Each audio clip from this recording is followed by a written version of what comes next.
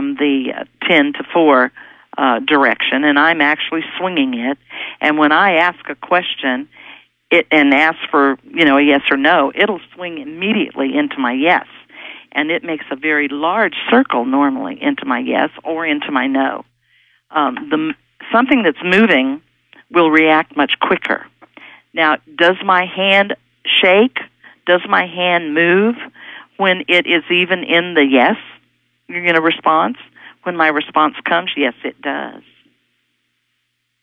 Now, I have seen people, hold their arms and everything else.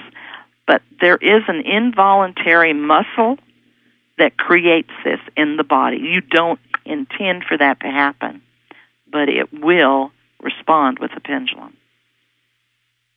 So, yeah, you'll see your hand moving or the arm moving when the pendulum is moving.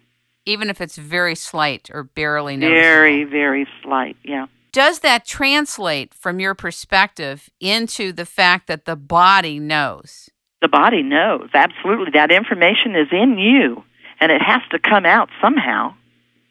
So it comes right from wherever that information is, down the arm, into the fingers, and creates this movement in the pendulum.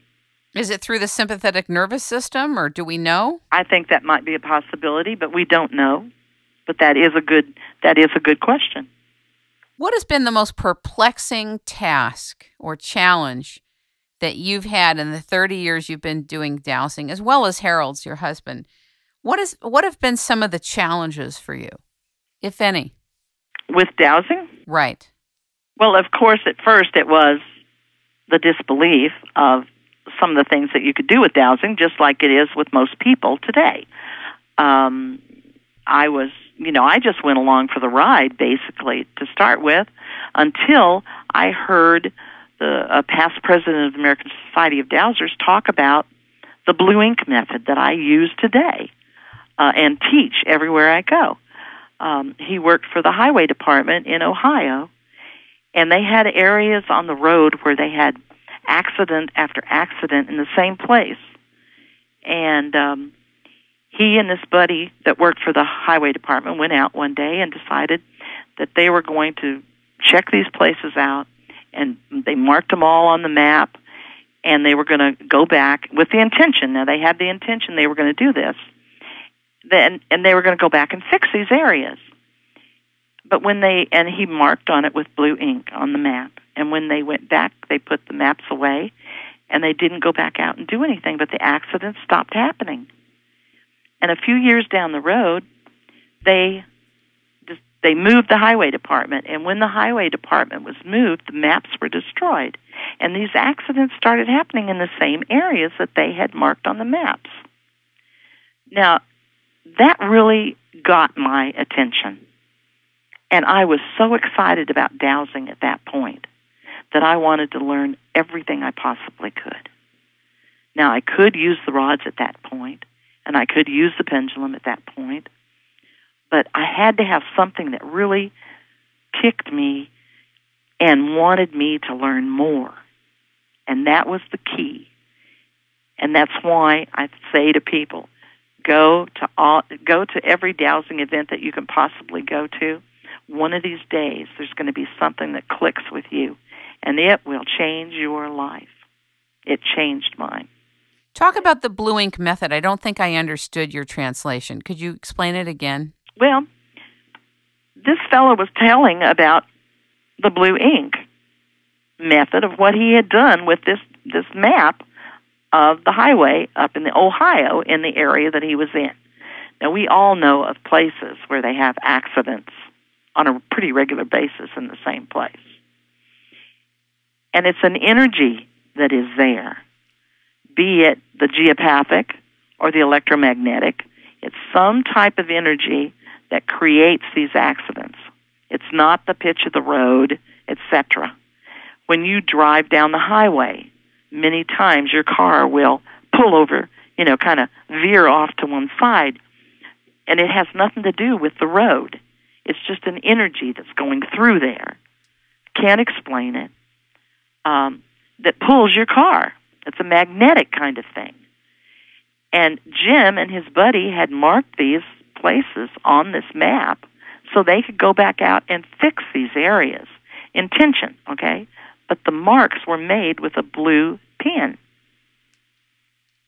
And they went back and never did go out there and fix them.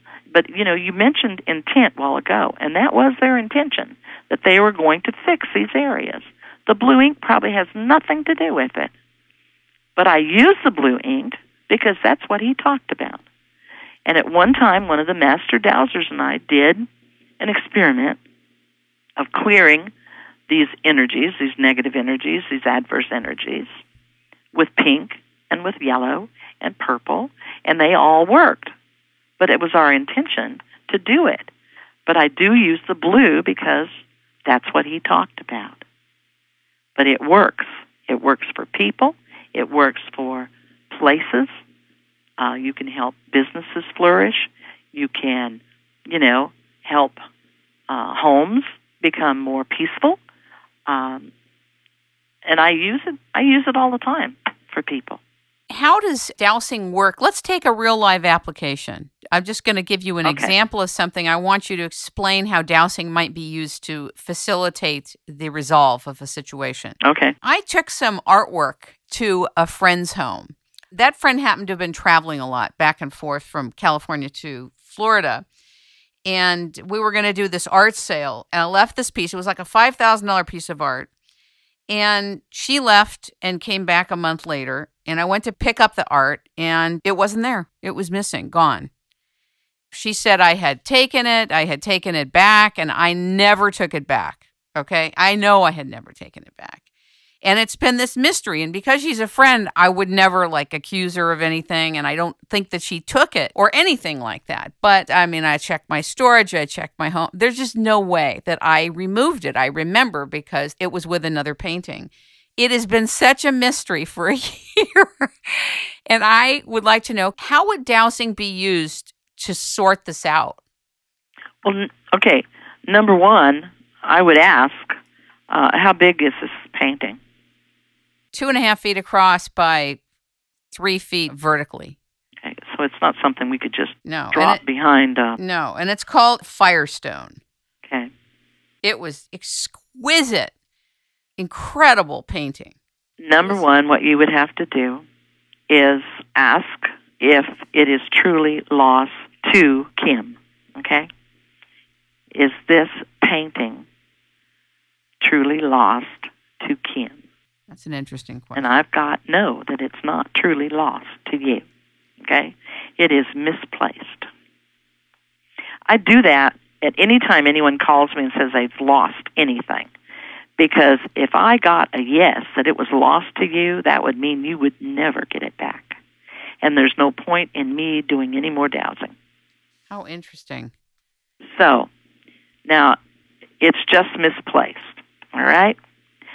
So then we would have to know the places that this painting could possibly be. So we could weed out the ones that you don't need to worry about looking in those areas. Now, you know that it was left at this one place. Right. Okay. So we would start there and ask if it was still there. She's actually moved out of her house now, so I mean... Okay, and it's not there. So you would have to say, okay, was it packed unintentionally and stored somewhere else by so-and-so, or something like that. You would have to start asking questions. Right. Using your pendulum to get yes and no responses. Okay. But you would have to have some knowledge of it, yes, of places where it could possibly have gone to. I have a question. Do people ask, was this item stolen? Oh, absolutely, I ask. May I find out, was Kim's painting stolen? No, it was not. It's just misplaced. It is somewhere that you don't have any knowledge of, and neither does your friend. And I just kind of feel like maybe something, when the moving process started, it was put somewhere and forgotten about. You mean for her? in the process of packing, yes. And it has